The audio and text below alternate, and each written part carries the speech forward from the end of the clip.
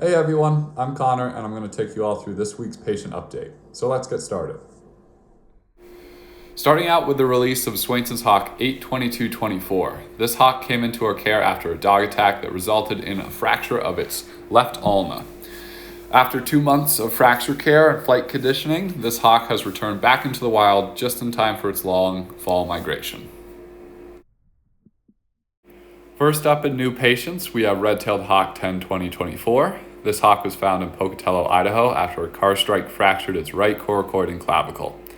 Fractures in the shoulder girdle region often will heal on their own with no surgical intervention, and we even sometimes see old, already healed fractures of this region on x-rays of wild birds.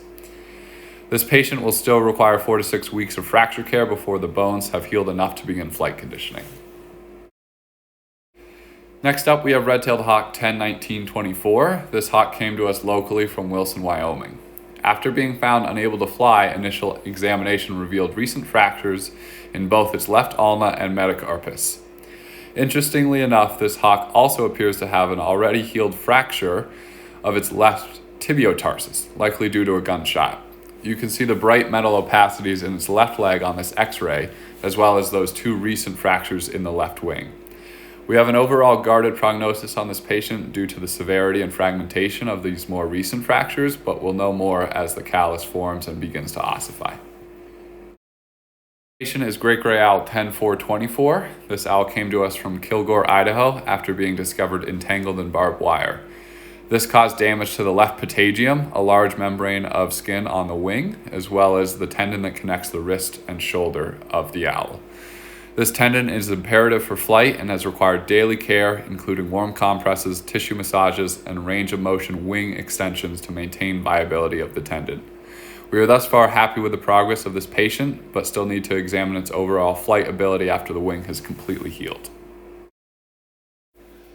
Finally, we have great horned owl 10-1624. This owl from Driggs, Idaho was found on the side of the road and was likely struck by a vehicle, resulting in a fractured right ulna, head trauma, and bilateral posterior hemorrhaging in its eyes. We have already seen resolution of the eye trauma with just a few days of ophthalmic drops and major improvement in the neurologic symptoms secondary to head trauma. We will continue to provide care for its fracture and will begin light physical therapy this week and flight conditioning in an additional 3 to 5 weeks. That's all we've got for this week. Thanks so much for watching. Remember, if you want to do your part in keeping wild birds wild, you can check out our website at tetonraptorcenter.org and make a donation. You can also click the link below in the description to donate directly. Thanks.